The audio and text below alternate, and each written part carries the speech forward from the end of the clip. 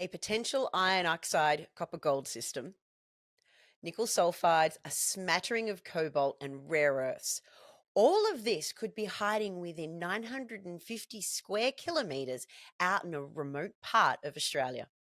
As recently as a decade ago, little was known about the potential mineralisation of the West Arunta province out in central Western Australia. But thanks to some good old fashioned boots on the ground, an excellent management team, and a passion to follow the rock story, that may be about to change. I'm Shay Russell, and welcome to Cocktails and Commodities, the resource podcast where macro analysis meets mining insights. While you've got your screen open, don't forget to tap the like button so you never miss out on exciting exploration stories. And please remember, all information is general in nature, and this podcast is not financial advice. In a first for Cocktails and Commodities, I am bringing a company to you today that is about to list on the Australian Securities Exchange. The question I asked today is CGN Resources exploring in what might be the last mineral frontier within Australia? CGN Resources has spent $6 million shoring up this project, and it looks like they have two potential iron oxide copper gold targets within the boundaries. Now, this company hasn't even listed yet, but the books are already almost full. Today, I'm chatting with Stan Wholley, Managing Director and CEO of CGN Resources, who's going to flesh out the details around the project. At the end of today's podcast, I'll give you details on how to access the IPO, assuming there's some spots left. But for now, let's bring on Stan, who's going to explain why the West Arunta could be the next elephant country and just how mineral rich the Webb project may be. Oh, and in a Cocktails and Commodities exclusive, Stan actually lets listeners know how all of their projects got their name. G'day, Stan. How are you? I'm very well this morning, thanks, Shay. It's a pretty exciting time for the company, right in the heart of getting all the paperwork done for our listing and raising the money, but it's all going very well. Now, this is super exciting for me because I've actually never been part of the birth of a company as it gets onto the ASX. And granted, a podcast interview isn't really a huge part, but nonetheless, it is a first to have an IPO, a soon to debut company here on the Cocktails and Commodities. However, first and foremost, one of the questions I have to ask about bringing CGN Resources to market is why now? This is probably not a great way of putting it, but the market's pretty rough for explorers. To date, there's only been 20 successful IPOs on the ASX, and the pipeline's looking pretty thin to the rest of the year. So why would you want to try and tackle this challenging market? Look, we've been operating at this project for 10 years, and so we've collected a whole lot of information and really good data to, progress our story. And I think good geology and good projects will always find a way to market. I don't think there's necessarily a bad time to bring a good project to market. Obviously, if it's all smoking hot, it makes it a bit easier. But for us, I think we've got a really good looking project in a really good district. Right now, that district is getting a lot of eyes on it, thanks to some of our neighbours, and I won't lie, that has certainly helped. And look, we've sort of been pushing along this path for the last 2 years, and it just naturally came now, really due to the success of our neighbours and the quality of our asset. Look, there's also something to be said for companies that can raise money in this market. I mean, I believe you're nearly fully subscribed, and I'll give listeners I'll let listeners know where they need to go if they do want to take part in the few shares that are remaining in your IPO. So there's something to be said for a company that is basically being able to attract as much attention as you have in a very short space of time in challenging times. Yeah, look, I think that's probably a reflection of the quality of the team. Like our joint lead managers, Oracle and 708, have done a really good job getting interest from their networks.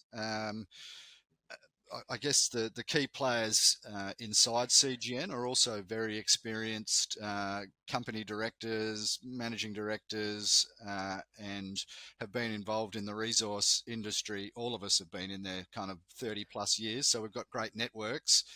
And I think all those things combined have enabled us to go to our network for the joint lead managers to tap their network and tell what I think is a really compelling story. Now, I actually think you're probably going to be one of the best kept secrets on the ASX for, well, when you do come to the ASX. And the reason I say that is you are exploring in a very remote part of Australia, but arguably you are a first mover in this space. Now, your web project is actually based in the West Arunta region of Western Australia. There's not even a sealed highway to access this project. So, arguably, we could call this the last mineral frontier of Australia. What attracted the company to this area? Uh, I think, as you said, I think it is kind of the last great frontier for major discoveries in Australia, not just the West Arunta, but the Arunta region in general. It's not just us that say that. It's been quite a lot of research done by Geoscience Australia, by GSWA, and there's been a number of papers of people really talking up the prospectivity of the region. It's had some interest over its life, but you're right, it is remote. And that is part of the reason it remains there unexplored and ripe for discovery. It, you say it's remote, but like there's actually an Aboriginal community that's 10 kilometres from our tenement boundary that happily live out there full time. And there's a road that runs from Alice Springs right past our front door to the community and then on to Port Hedland. It's not the greatest road in the world. It's a 600 k drive on dirt to Alice Springs, but it's still a quietly, it's a well maintained road that gives us very easy access actually to our tenements. And there's a petrol station at the community. There's a general store at the community. There's a all weather airstrip so you can fly in and fly out whenever you want. So it's remote, but it's probably not the most remote place I've ever worked in the world, if I'm honest. That's actually really exciting. And I do like that you've hosed down what I put in front of you. And it's simply because there is a lot of misconceptions. Just because something hasn't been explored doesn't mean that it lacks the infrastructure to support an exploration project. As you said, there's a dirt road that drives right past your tenement. But that doesn't make it inaccessible. It just means it's a bit of a drive to get there. Yeah, that's right. Look, we've managed to, and our neighbours, they've all managed to get their exploration done in a very timely manner once they've put their minds to it. And I think, look, I speak to my neighbours regularly, and we all, it is a remote location, so we all try to be as friendly as we can. I don't think we're necessarily in competition. I think a rising tide lifts all boats. So Absolutely. yeah, so I do like to think that all of us being successful is better for the whole community. It's better for the local Jamu Jamu people as well. They're getting a lot of opportunity out of this to get jobs and to assist us with our heritage work. So look, I think the real key is good geology is where you find it. And this is exceptional geology. And the reason it hasn't really been looked at is because, people have found easier places to look until now. But it's funny how like some discoveries and some money spent really changes that dynamic. You say easier places to look, that's true, but they're also missing out on the romanticism of exploration as well. N- Now, Yeah, this I agree. project. Like, there's a couple of schools of thought when you go exploring. You can either go to sort of elephant country where people have found big things before, or you can be a first mover. I like to think we're a first mover in elephant country, and I haven't really told people this before, but no one's kind of figured it out. But all of our targets are named after famous elephants. And I'll let you try and see if you can figure out whose elephants they were that made them famous. Okay, so I'll just let you know I will be absolutely Googling that at the end of this podcast. That'll be the first thing that I'm doing. I'm also very excited that I'm the first person to hear that.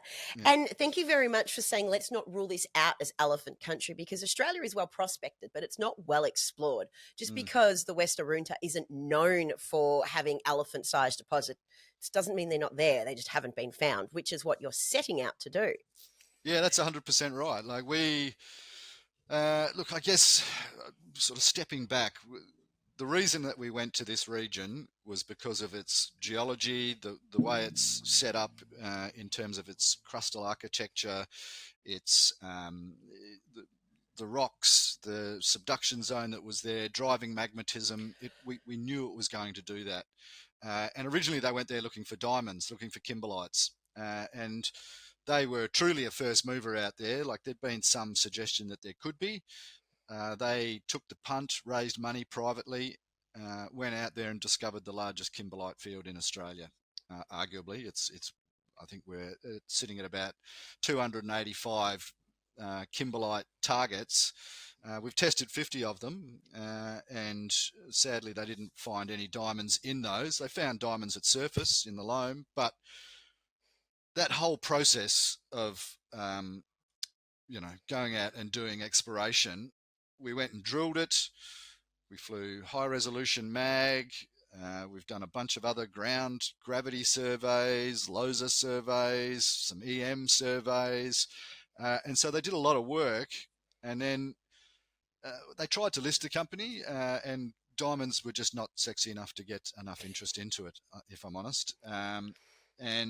But around that same time, there was a lot of this work coming out of Geoscience Australia suggesting that it would be, pretty ripe for other magmatic type deposits, IOCGs, magmatic nickel sulphides, carbonatites, as it turns out.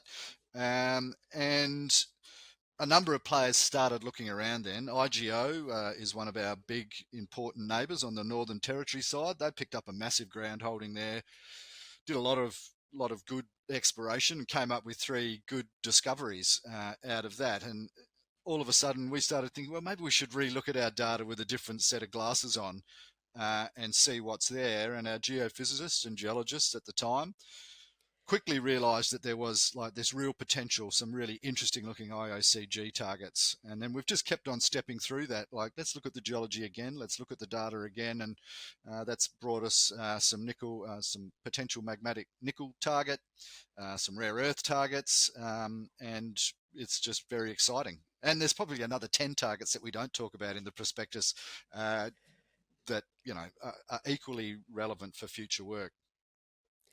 Well, you really are spoilt for choice when it comes to your targets. I mean, I think in your prospectus, you identify 6 key targets. And as you've just dangled the carrot there in front of potential investors, there's probably another 10 that you might be able to pull out.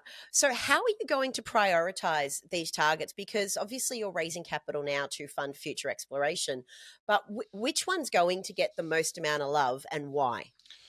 Look, when we pivoted away from diamonds, we said, let's be really clear. Let's go and look for IOCG style targets. It was the rocks and the geological architecture there suggest that it's ripe for that kind of deposit. It's the right age of rocks. It's got the right types of faults. It's got the right type of rocks.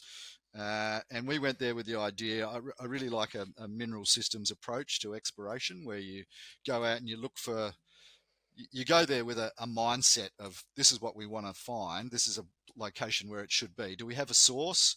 Do we have a pathway to get the source of those metals to a trap? And does a trap exist?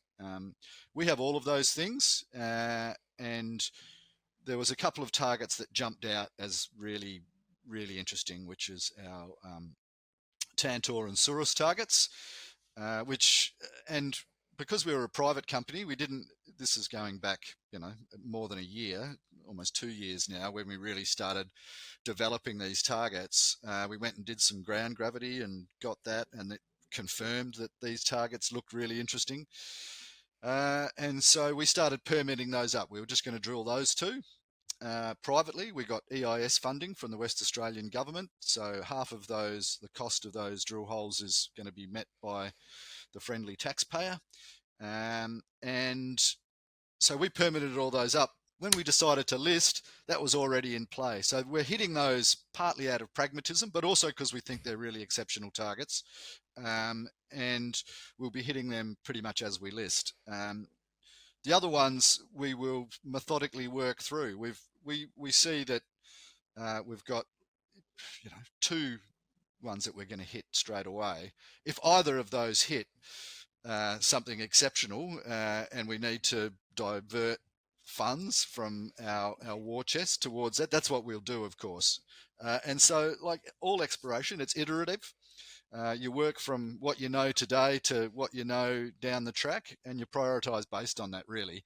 So we've got some broad-based programs that will hit pretty much all of our targets to some extent in year one. Some of it's geophysics, some of it's drilling, and we will just sort of work through those targets really. Now, I want to, before we go forward to what is included in your first year of exploration, let's nerd out over the geology just a little bit. This is Yeah. for all the rock nerds out there, like myself, who do love to hear it. What makes Surus, am I pronouncing that correctly, Surus? Yep. So exciting from an iron oxide copper gold point of view? Well, starting from the basics, what got us interested was that there was a number of drill holes that were testing kimberlites that hit copper as bycatch. Really, they weren't meant to have copper in them, and we hit quite a few holes. There's about 14 holes that sit in a band through the central part that were highly anomalous in copper. I'm talking 10 times background, which from 300 ppm, but it gets up to 0.25% copper over a few meters. Not only is there copper in there, they're enriched in cobalt, they're enriched in light rare earths, they're enriched in uranium, they're enriched in nickel. So you look at those other enrichment elements, and it very much talks to what are often commonly in IOCG deposits. So we thought that's pretty interesting, right? Like that's a interesting story in itself. The next stage was like, well, let's see where these fit in our magnetics. Went and looked at the mag. There's a couple of kind of interesting mags, and at that stage we only had the regional gravity. So we said, let's put the mag and the regional gravity together. And when we did that, there was probably 5 or 6 targets that popped out. And we said, geez, that's pretty interesting. And they're all in this belt where the sort of, anomalous copper is.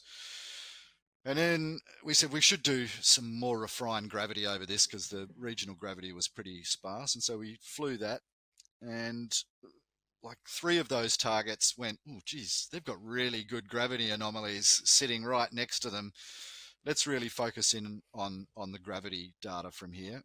A couple of those targets I think are still very interesting, but they're very deep. So we've sort of pushed them down our priority list. But like Tantor particularly sits adjacent to a major crustal fault, goes all the way through the crust right down into the mantle, coming off another major fault, the Central Australian suture, which is an even larger crustal system, and it splays off there. You want to see those kind of big crustal, they are really the pathway by which fluids can come up. So we've got the source being like alkali magmatism, which has been demonstrated is there, both through our kimberlites being in place, through the carbonatites being in place next door. Rincon, just to the south of us, has hit IOCG copper mineralization. So we know that the ingredients are there. And then the gravity sits right up next to it. And when you look at Tantor particularly, it has a lot of similarities with Prominent Hill. It's a very similar sort of setup. The scale of it is about the same. The mag and the gravity sit together in a very similar way. And it sits right up against this major fault. So we're quite excited. And so that's just how we've done our work. We've just been methodical, used good geoscience to take us to a point where we think it's worth drill testing. I really like this. I think the approach that I'm enjoying the most hearing you talk about is that you've really allowed your geologists to follow the data as well as following their instincts on what this means. And not every exploration project has the freedom to be this nimble, to pivot the way that you've been able to essentially look for what's really exciting rocks.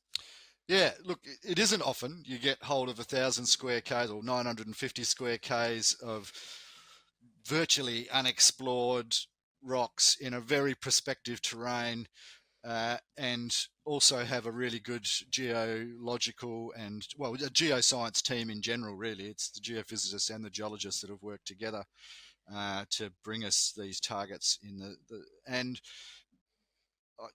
I'm a geologist by background, and I have seen through my career that the only true path to discovery is through good geoscience coupled with good management. And when I say good management, I mean people that understand the pitfalls, the risks, how to allocate funds against risk, those kind of things. And I think we are in that kind of position. We've got a good geoscience team, we've got a good management team that have been through this process before. And I think we will allocate our resources appropriately, hopefully, to make a major discovery. That's our plan.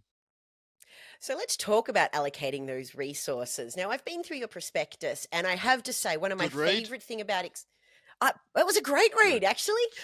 It's really sad that I'm probably going to go back and reread the original geologist's report. Yeah. And honestly, I need to find better things to do on a Friday night. But I am going to reread it again. It was great. Now, one thing I love about exploration companies is companies that spend money on exploration. Now, you've got a great 2-year program put in place. You've got allocating a minimum of $2.5 million of like boots on the ground and data exploration for the first year, followed up with $2 million in the second year. Now, granted, what happens in the first year very much tells the story of what's going to unfold in the next year. But let's get into the weeds a little bit of where's that money going to go? Tell us how you're going to spend it, because I find this the most exciting part. Yeah, me too. It's when the rubber hits the road is when the excitement happens. So we're going to start drilling literally the day we list, I'll tell you. It might even be a little bit before we list, but it will be around the time we list. And we'll drill our two, large IOCG targets. And like I sort of mentioned it previously, we had them all permitted up, ready to go out of the box. We were going to do those privately anyway. And I think it's important to say here as well, we've already spent $6 million on exploration, and almost all of that went to boots on the ground, good old fashioned geoscience. So it comes to us now that we have quite a good understanding. Well, it could be better, it's imperfect, but we've got a lot of information to work with. So we're going to pretty much go and drill those two targets.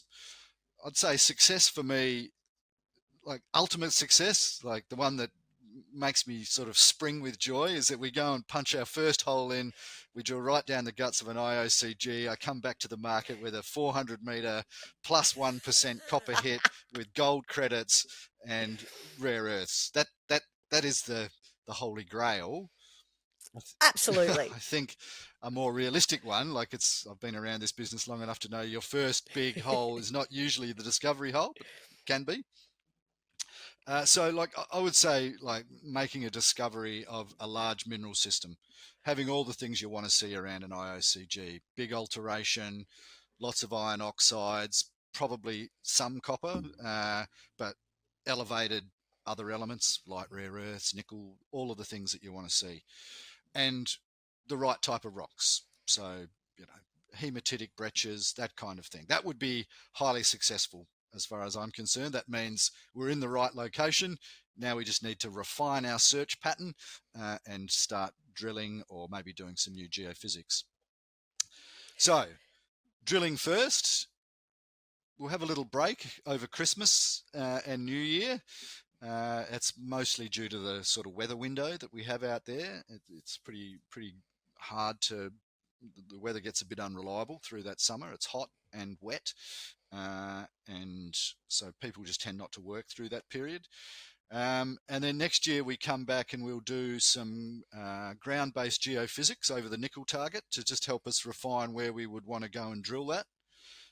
We'll do some ground gravity surveys over all of our IOCG targets, just again to give us a little bit more feel for, if we do hit something, where is the next best spot to hit on that. And we'll probably also do some IP over those targets, at least over 2 of them. And then we'll also do some follow-up drilling.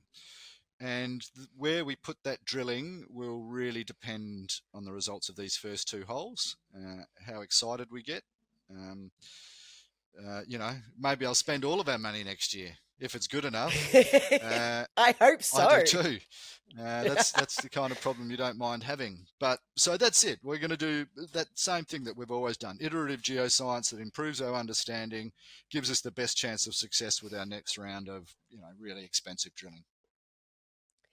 I just want to touch on something that you said. You keep referring to drilling, and this is sort of more for the new to resource investing investors. I want to clarify this up. You've gone straight to diamond core drilling, which not every exploration project can do. Now, when we first had our little conversation to organize a time to catch up, I asked you, was it air core or reverse core drilling that you were doing? You said, no, we're going straight to DC as we IPO.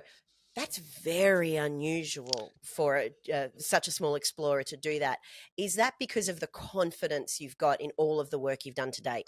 It is partly confidence driven, and it also comes back to the good geoscience question. Like an RC drill hole, I can drill to comfortably 300 meters. You might get to 400. Our geophysics suggests that these targets could exist from 200 down to deeper than 600. Like some of these targets go down to 1.5 Ks.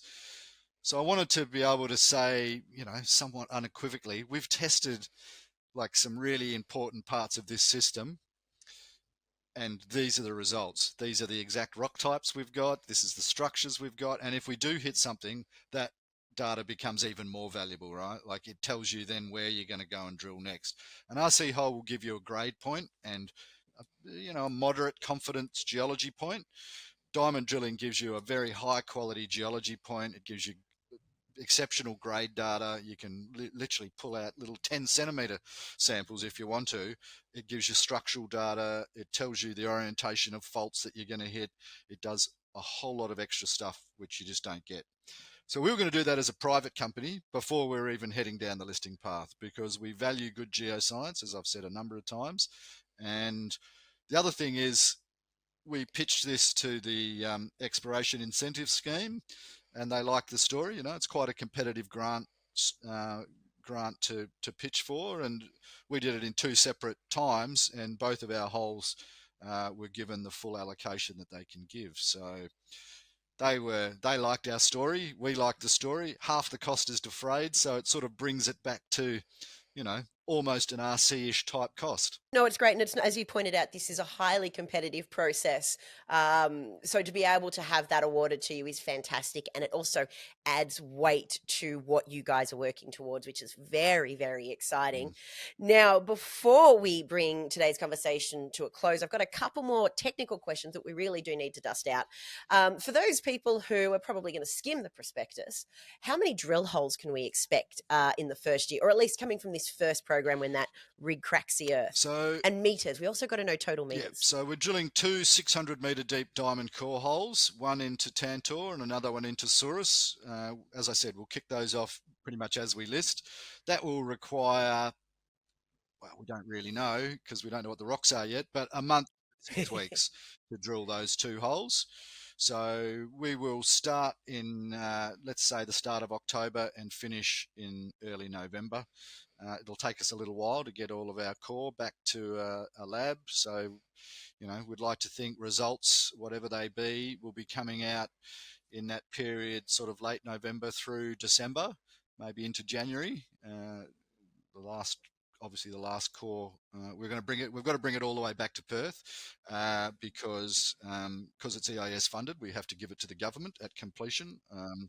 So it's quite a long journey for some core. It's got to go from our place to Alice Springs to South Australia back to Perth. Sadly, we don't get frequent flyer miles for that. Otherwise it'd be good. But yeah, so we'll drill those 2 holes. That's this year's program. We go back next year, and we have, I guess, a similar number of holes, but we'll be doing a mixture of RC and diamond. So we'll have, I think we've got 4,000 meters of RC to spread over our rare earth and nickel target. I think the majority of that will go to the nickel target. That said, if there's stuff that's of interest in the upper 300 meters, we might go all RC and go and drill that at our Tantor and Surus targets. So we do have to be a bit flexible. So I know it sounds like I'm being evasive, but really what I've done is I've said we will go and do at least another 2 deep holes of diamond into each target, and then the rest will be RC drilling and ground-based geophysics. Stan, I don't think you're being evasive at all, and I would like to qualify this with you've emphasized the good management and the good geology, and I'd like everybody listening to understand what you're trying to point out as well. And I said it before, you're allowing the rocks to tell the story, and that's really important. And a lot of the times exploration programs have gone long is because management has an objective, and they've not followed through with following the data. And that's what you're really instructing your your geoscience teams to do. So I think it's fantastic that CGN Resources has this nimble approach to exploration. Rather than continually turn up dust, it's like, no, let's look for where the options are. So I think it's fantastic to see that program being fluid and evolving with the project rather than having fixed ideas. And quite frankly, I would love to see more of that approach to modern day exploration in Australia as well. Look, I think if you look at the companies that do well in this business, I think you'll see that they all have a similar platform. I haven't brought some kind of new genius ideas to this field. I was a consultant for 15 years at a company called CSA Global, which gave me a great exposure to some exceptional geologists, both inside our company and within our clients. And it just dawned on me as I was moving through that the guys that were successful were not the luckiest guys. They were the hardest working guys and the guys that did the most pre-work to really hit a location that was the ripest. And I think that's, what all geoscience endeavour to do. But as you say, sometimes it can't always happen that way. There are the other vagaries of market we have to deal with. But for now, that's our plan. Look, it sounds like a fantastic plan, and I look very much forward to this story unfolding. Now, Stan, I am in danger of taking up too much of your time, but I do just have one final question for you. Now, this podcast is called Cocktails and Commodities for a reason. Now, we've talked about the commodity aspect of it. Let's get to the cocktail aspect of it. Tell me, if I was to buy you a drink at a nearby bar somewhere within the vicinity of Alice Springs, maybe because that's the nearest place to the project, what cocktail would I be buying you? Oh, see, it's probably easier to list the ones you shouldn't buy me. But if I'm honest, the cocktail that I probably order the most and make myself the most is a classic Negroni. Ah. Yeah. Okay, a classic Negroni. Interesting. Mentally banked for a undetermined date in the future. So if you ever see me out and about, Shay, and you want to say, geez, I remember, Stan, Negroni's the drink for me. It's a fast track to Happy Town in Negroni. It's good times. Sounds like it. Listen, Stan, this has been a fantastic conversation. And before we sign off, for everybody listening, if you would like to take part in the IPO for CGN Resources, I'm going to include a link to this website in part of this podcast. But those details also are, it's pretty simple, cgnresources.com. Stan?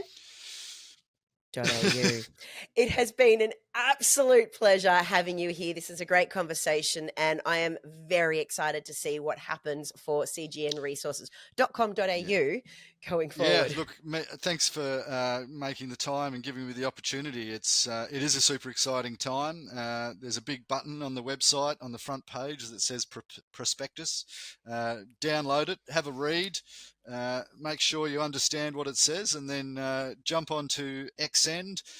There's a link in the prospectus, and you can make your application. It'll take 5 minutes. Might be the best decision you ever make. That's not advice, by the way. It might be.